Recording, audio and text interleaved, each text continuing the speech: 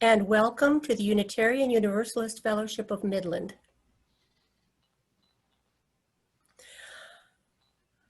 My name is Amy Rogers, and I am the Worship Associate for today's meeting.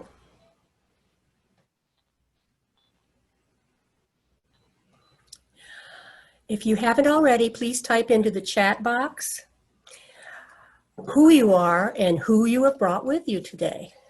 Unitarian Universalism is a welcoming and inclusive religion. It encourages us to keep open hearts and minds because our own experience and consciences are a valid authority in religion. It affirms the inherent worth and dignity of every person, and we are all connected to each other and the earth. If you are visiting us today, we have a special welcome for you. We appreciate you spending some of your Sunday morning with us. If you have any questions, please let us know in the chat box, by phone, or through our Facebook page. If you've been attending for a while and you come to feel that this is your spiritual home and you are considering becoming a member of the fellowship, please contact our minister, Eric Severson, or a member of the welcome team, or let us know what you are thinking about in the chat box. If you have a chalice or a candle at home and would like to join our chalice lighting remotely, now would be a good time to get that ready. We will be including joys and concerns this morning, as we normally do during the service. You will want to find the participant icon to raise your hand for that. And we will all move on to our announcements. You will see them on the screen. Excellent. Please nominate an unsung hero. Our 2020 Unsung Hero nominations are due today. We have a lot of unsung heroes out there. Try to pick one. Email office at uufom.org with your nominations, or check Facebook or the Weekly Candle Flame for a link to submit.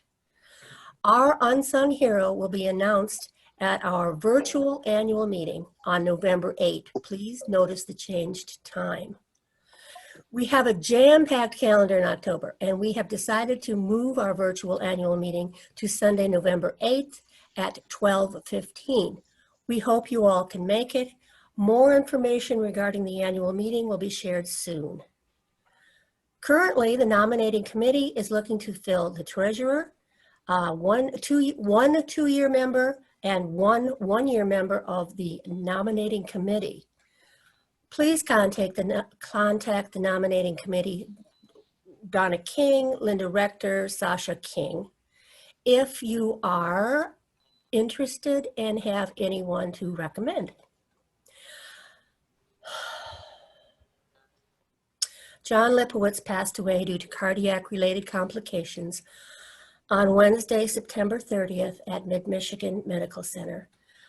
A virtual memorial event will be planned for Saturday, October 24th at 3 p.m. RSVP to the office at uufom.org. Religious education news was reported in this week's Candle Flame. Check it out there or on our Facebook group. Watch your email for more announcements on our Candle Flame newsletter. It will be circulated on Fridays. If you wish to submit an article, please mail it to Shana Barth by Wednesday at 5 p.m. to have it included in the upcoming issue. If you have a candle or a chalice at home and would like to light it now, please do. And please join us in reading our chalice lighting words today by Rebecca Savage. We light our flaming chalice as a beloved people, united in love and thirsting for restorative justice. May it melt away the tethers that uphold whiteness in our midst. May it spark in us a spirit of humility. May it ignite in us a radical love that transforms our energy into purposeful action. This is a chalice of audacious hope. This chalice shines a light on our shared past, signaling our intentions to listen deeply, reflect wisely, and move boldly toward our highest ideals.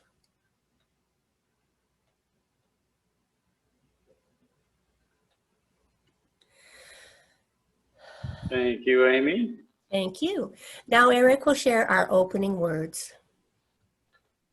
Our opening words today are titled Call from Beyond by Susan McGinn. From beyond the playful summer clouds, beyond the earth's thin blue line, from beyond the bright moon and meteor showers, we hear the call to look and listen carefully, to turn away from a world that buys and sells happiness, to fully experience the luring whisper of your heart's truth. Why not today? Why not now? We are here and together at home in this evolving place. Home in this ever-changing breath and body. Home in this dewy morning, even as it reaches toward a hot, high noon. We hear the call from far beyond and deep within, and we do not hear it alone. Come, let us worship together. Amen.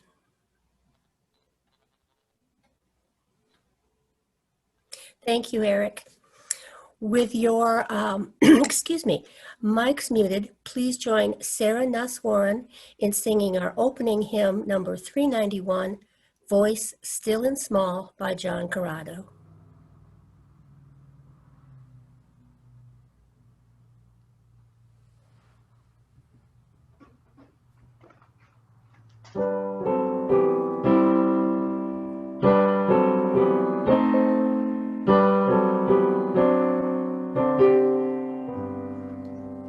Voice still and small, deep inside all, I hear you call, singing. In dark and rain, sorrow and pain, still you remain singing. Calming my fears, quenching my tears, through all the years singing.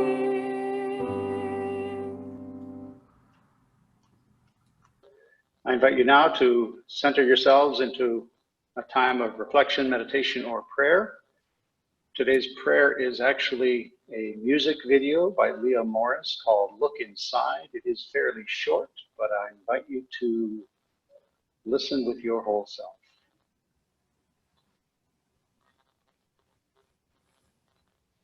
There is no roadmap for these times, but if you want to ease your mind, you gotta look inside. You gotta look inside. There is no roadmap for these days, but if you want to find some grace, you gotta look inside. You gotta look inside. You gotta look inside. You gotta look inside. I know your heart is crying, please, but if you want to find some peace, you gotta look inside. You gotta look inside. You gotta look inside. You gotta look inside. You look into the stars above, but you got all you need, and that is love. Look inside. You gotta look inside. You gotta look inside. You gotta look inside. Come on and look inside. You gotta look inside. Come on and look inside.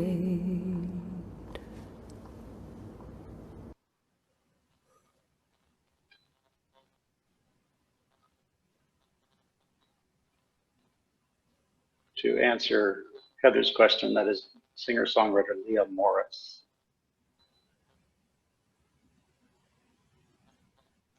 So I invite you now to take just a moment of silence to look inside.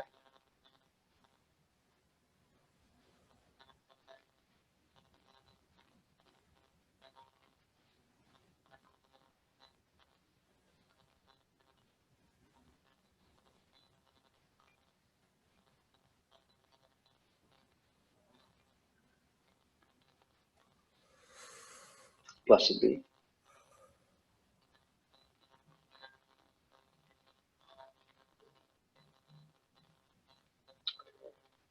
Our story for today is called The Other Way to Listen by Byrd Baylor and Peter Parnell. I used to know an old man who could walk by any cornfield and hear the corn singing.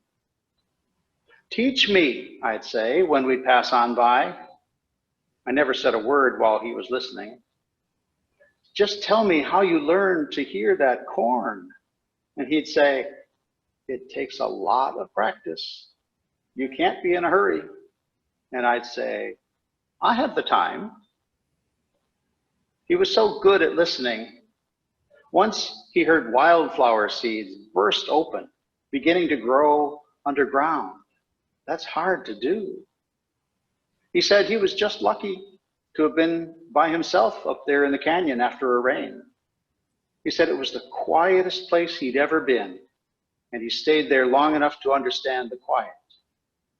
I said, "I bet you were surprised when you heard those seeds." But he said, "No, I wasn't surprised at all. It seemed like the most natural thing in the world." And he just smiled, remembering. Another time, he heard a rock kind of murmur good things to a lizard. I was there. We saw the lizard sunning on a rock. Of course we stopped. The old man said, "I wonder how that lizard feels about the rock it's sitting on, and how the rock feels about the lizard."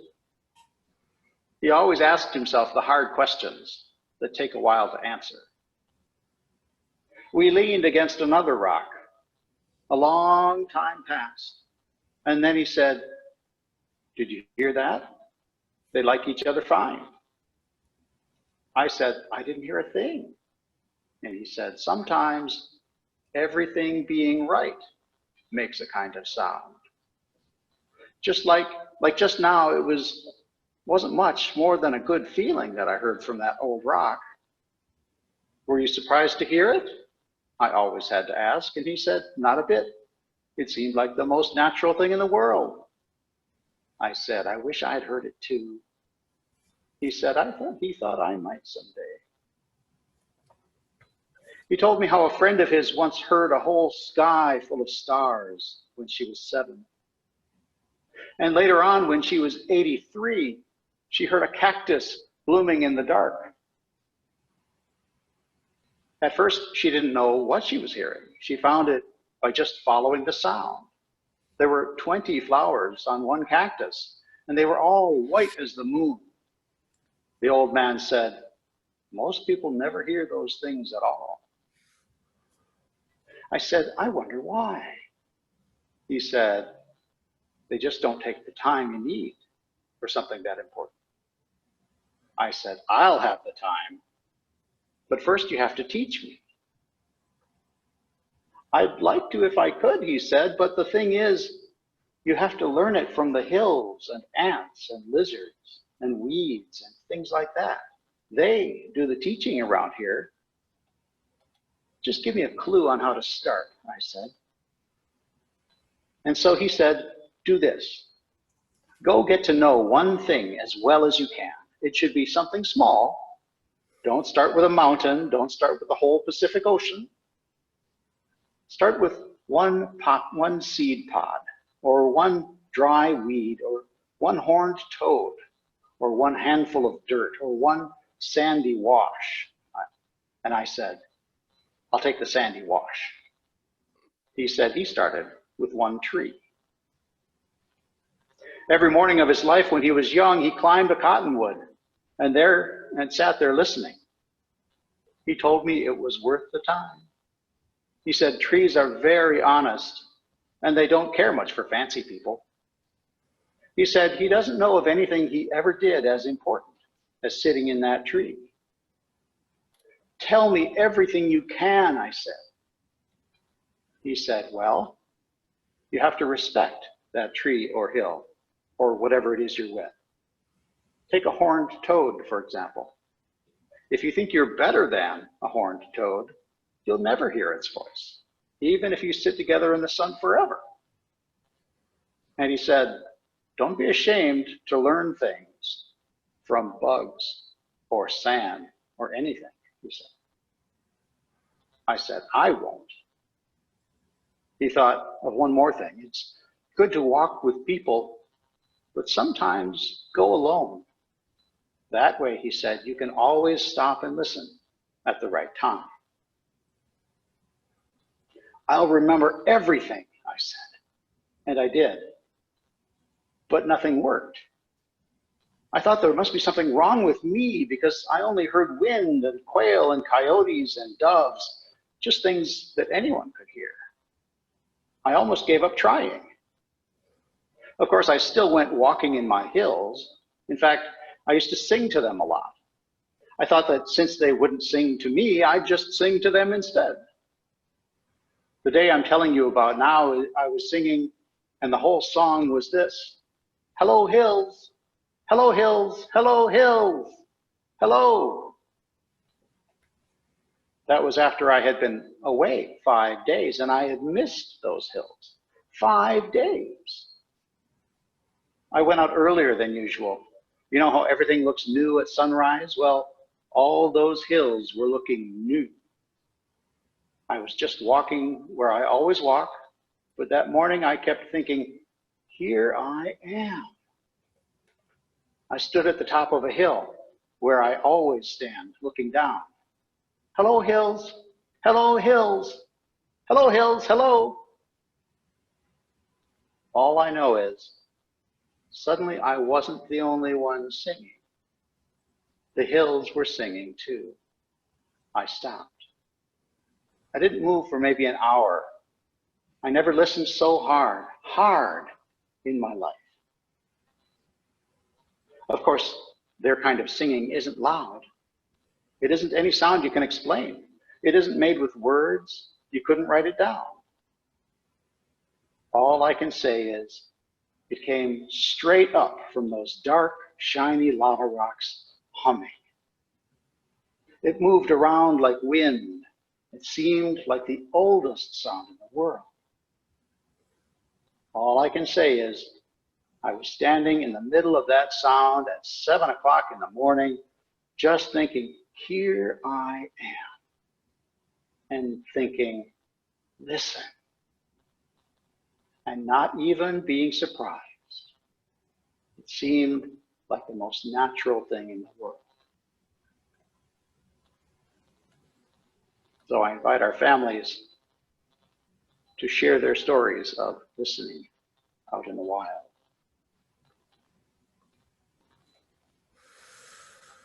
Thank you, Eric. I really enjoyed that story. Our next reading is excerpts from Braiding Sweetgrass by Robin Wall Kimmerer. The author is a mother, a decorated professor, a scientist, a teaching professor, and she's also a member of the Potawatomi tribe. In this section from a chapter called The Sound of Silver Bells, the author is teaching ecology to a largely evangelical group of pre-med students from a Bible Belt college. She describes their field trip to the forested hills of the Smoky Mountains. I lay down on a carpet of moss and held class from a spider's perspective. High on these summits live the world's last populations of the endangered spruce fir moss spider. I didn't expect pre-med students to give a damn, but I had to speak up for the spiders. I ran my hand over a mossy rock, thinking of the unraveling of ecosystems and the hand that pulls the loosened thread. We have no right to take their homes from them, I thought. Maybe I spoke out loud or had a zealot's look in my eye because one student suddenly asked, "Is this like your religion or something?" Ever since a student had challenged my teaching of evolution, I had learned to tread lightly on these matters. I felt all of their eyes upon me, good Christians, everyone.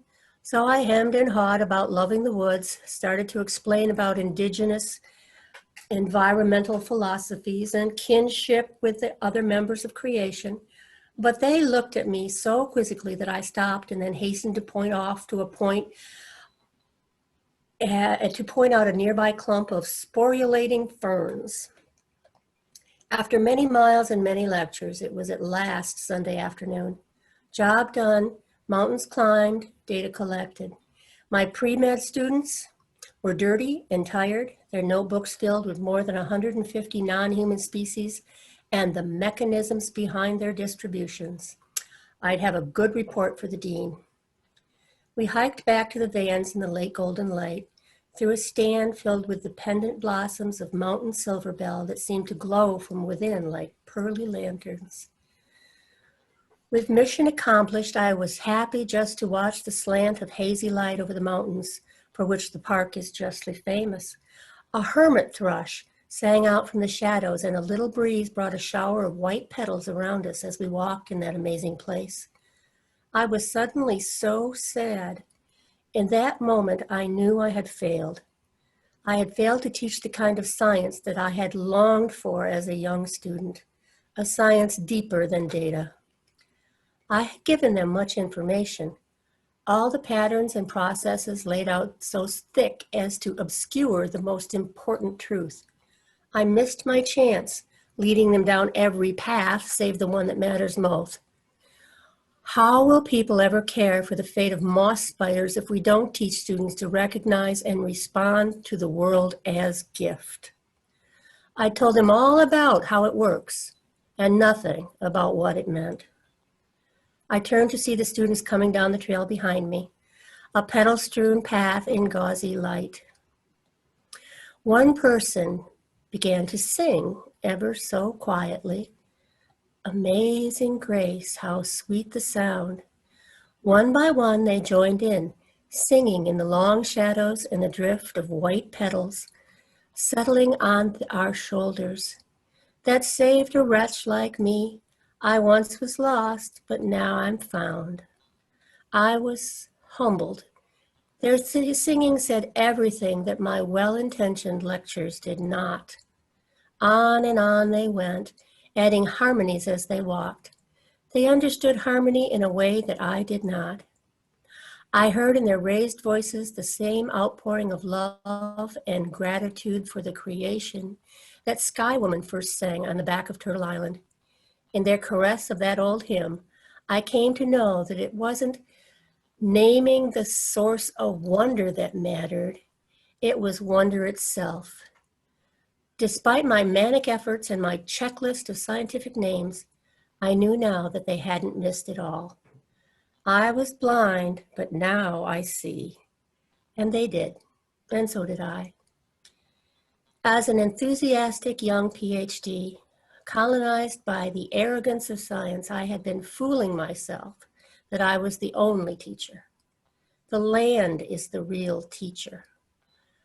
All we need as students is mindfulness. Paying attention is a form of reciprocity with the living world, receiving the gifts with open eyes and an open heart. My job was just to lead them into the presence and ready them to hear. On that smoky afternoon, the mountains taught the students, and the students taught the teacher.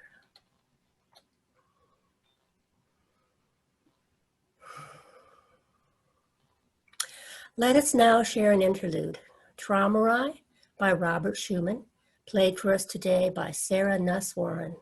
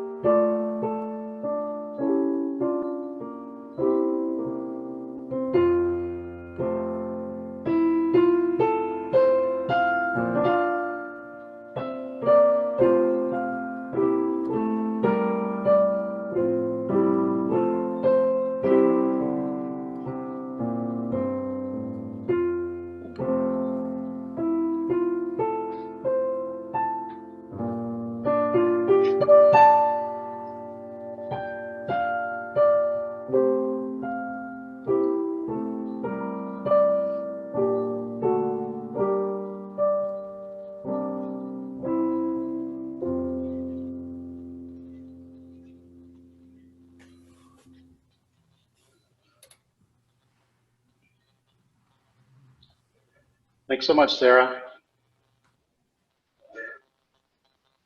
So when my child Joe was young, our family spent plenty of time outdoors, learning together about a variety of critters in the natural world. I did not know that I also was teaching my child philosophy in the process, a particular philosophy called animism.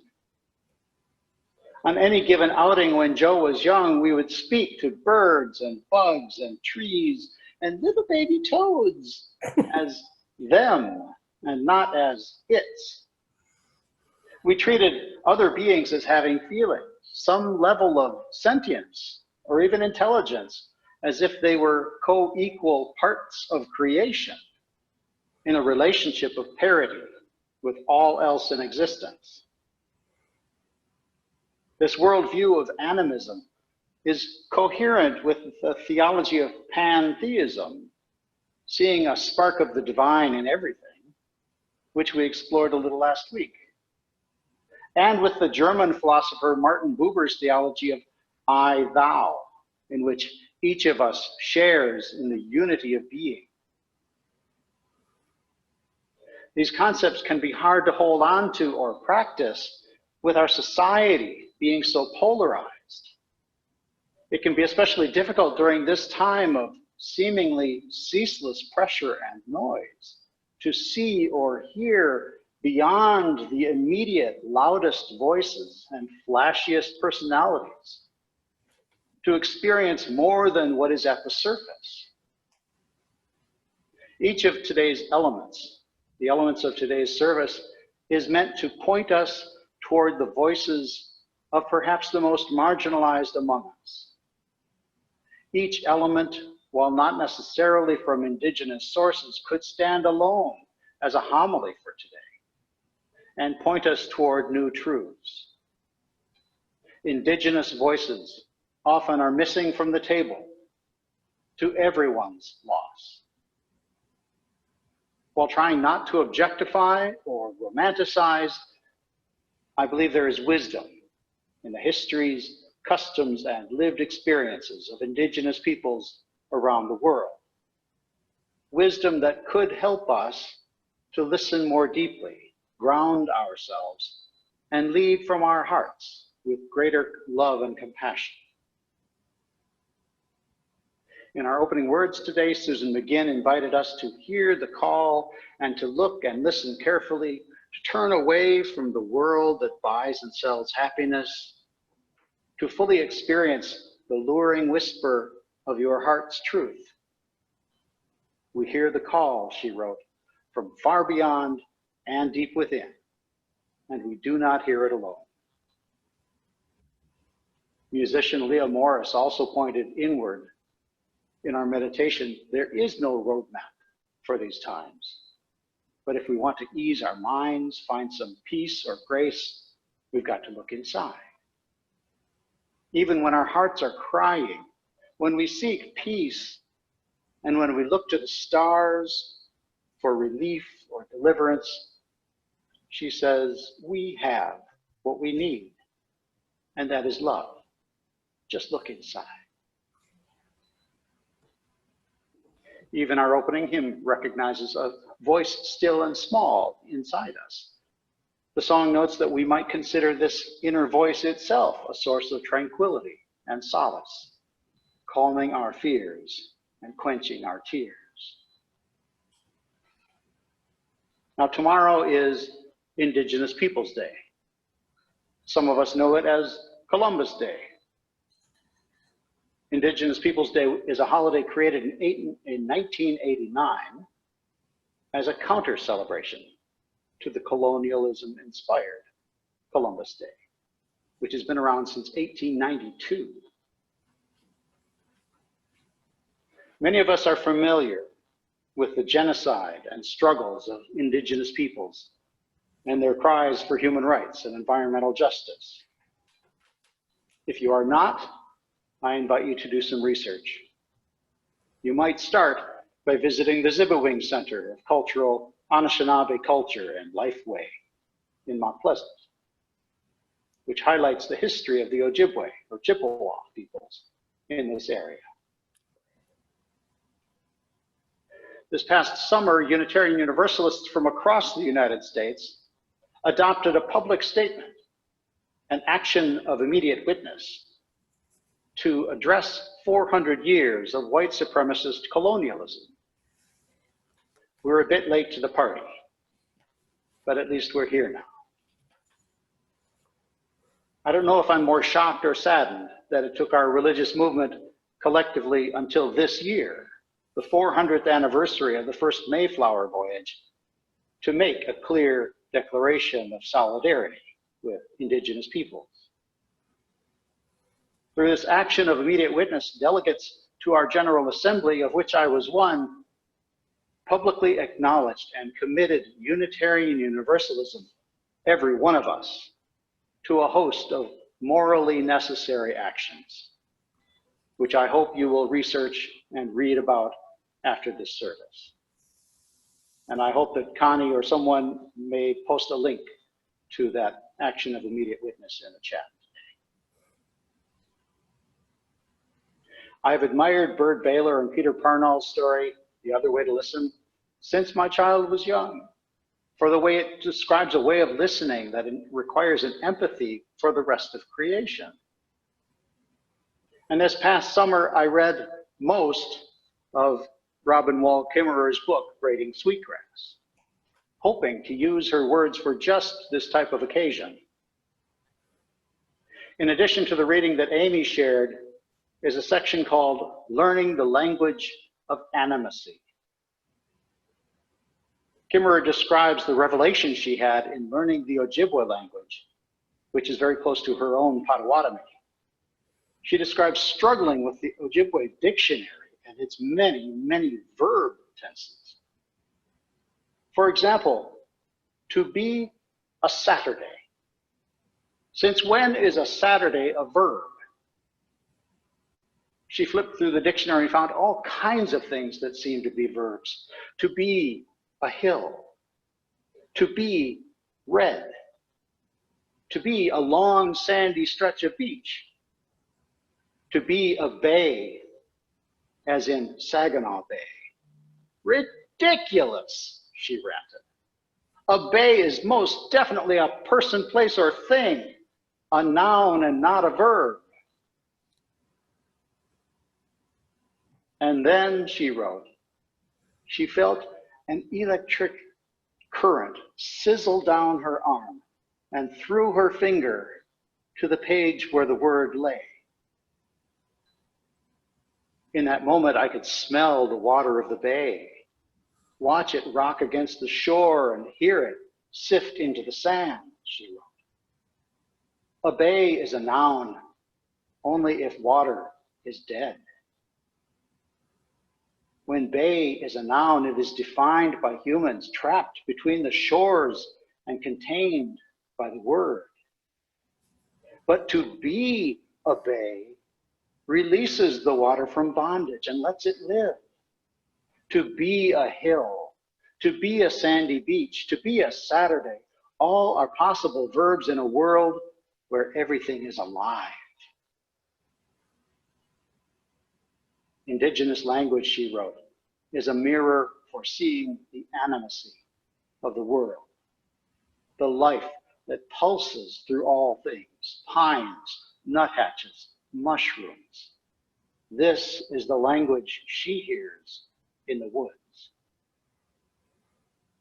So it is, she writes, that in Potawatomi and most other indigenous languages, we use the same words to address the living world as we use for our family, because they are our family. In Potawatomi, rocks and mountains, water, fire, and places are animate. Kimmerer quotes eco-theologian Thomas Berry as saying, we must say of the universe that it is a communion of subjects, not as a collection of objects. She invites us to reestablish our relationship with the land. To be native to a place, she wrote, we must learn to speak its language. And so in recognition of Indigenous Peoples Day, today we learn of one Indigenous way of being in the world and making meaning of our existence, listening more deeply beneath the surface of our lives. Let us strive to learn and teach, as Robin Kimmerer discovered, both how things work and what things mean. But also let us strive to understand that to experience wonder can matter more than trying to name its source. May we teach and learn from our young ones how to be in relationship in this interdependent web of life.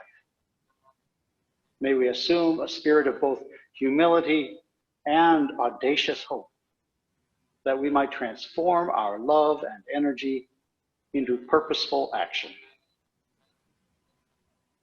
Blessed be, and amen. We are going to hear some words from Sarah Clave, our stewardship chair. Sarah, are you around anywhere? I am right here. Excellent. Okay. I wanted to give you an update. We talked last week about how important it was to hear from people. And I'm very pleased to report that we did hear from 11 more people, so that we are up to having heard from half of you. And I do have an update on this slide. We are now up to $139,320. So we're at 78% of our goal. The hard news is that we still have a number of people that we need to hear from, and that even if all of those people pledge at the same level that they did last year, we will be about $4,000 short. So we urgently need to hear from all of the rest of you who have not yet submitted your pledge. And even if you are not able to make a financial contribution this year, we do need to hear from you to know that you want to continue your membership with the fellowship. Each of you is important to us. And we need to know that you still want to be a part of us. I will post a link to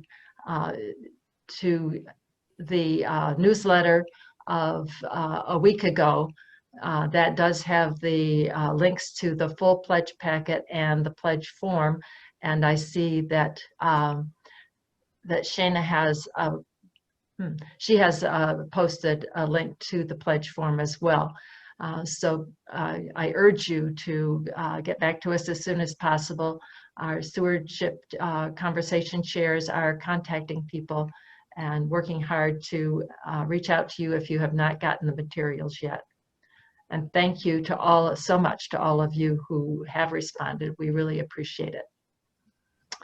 Okay, and I'll turn it back to you, Amy, for the offertory.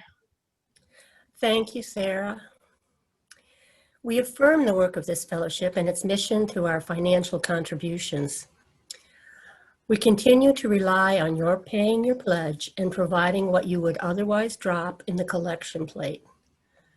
While our in-person activities may be suspended, our staff continues working, and they continue working hard to provide the services we need.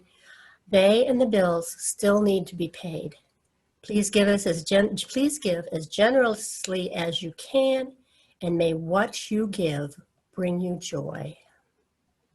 Please take this time to write a check if you wish and mail it to the fellowship at 6220 Jefferson Avenue, Midland, Michigan, and that's 40 zip code. To donate online, please stay after the service for instruction. And that's really easy, guys. I mean, it doesn't even hurt. It just disappears. And, you know, it's Another option is to set up bank auto pay, which is the easy one, which can be arranged by talking to our treasurer, Vicki Rothar, for the UUFOM checking account number, and then having your bank set up regular payments from your account. And it's magic. Thank you for your generosity. Let's now share in an offertory reverie by J.O. Armand. played for us today by Sarah Nuss-Warren.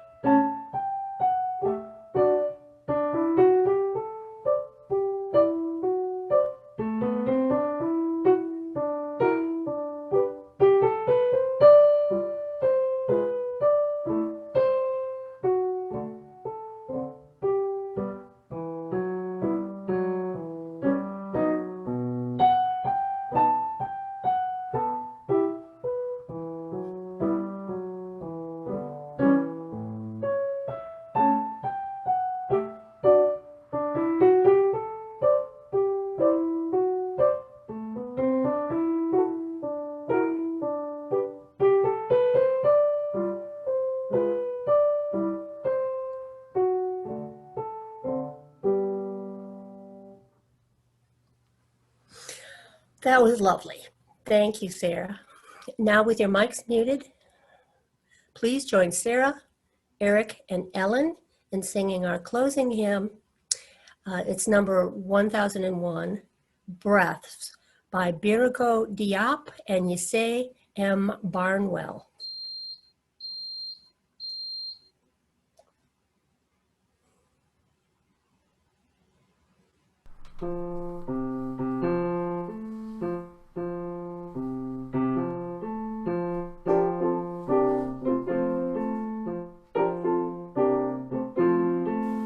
Listen more often to things than to beings.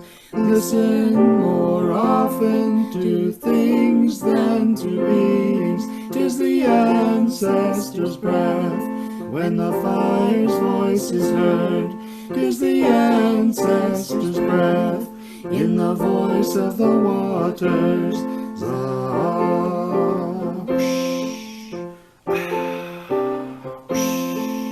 Those who have died have never, never left. The dead are not under the earth.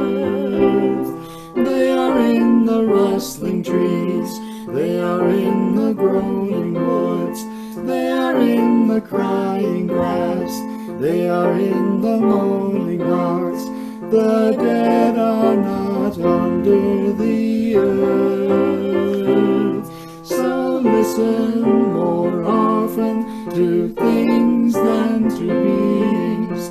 Listen more often to things than to beings. 'Tis the ancestors' breath when the fire's voice is heard. 'Tis the ancestors' breath in the voice of the waters.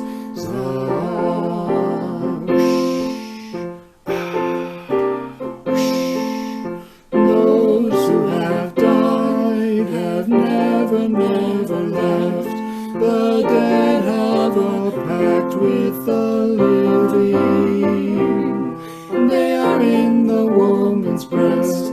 They are in the wailing child.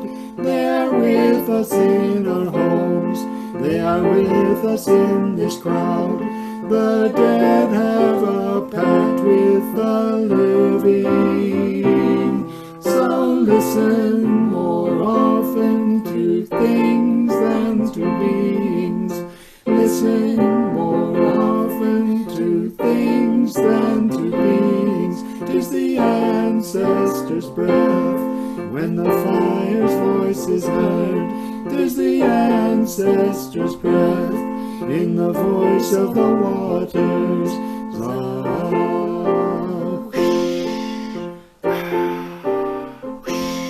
Zah,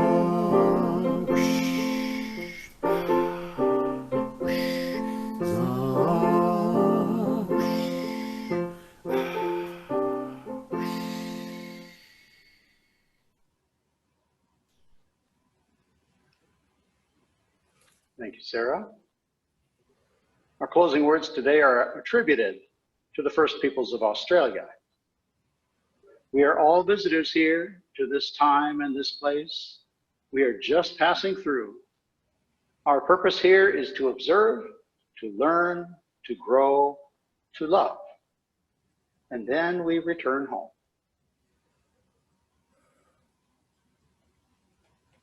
Thank you to everyone who helped make this service possible today. Thank you to all of you for joining us. And if you can stay to chat, great. If you need to go, we'll understand. Whatever you may encounter in the coming week, please know that the love of this community goes with you. Until we gather again, many blessings. Amen.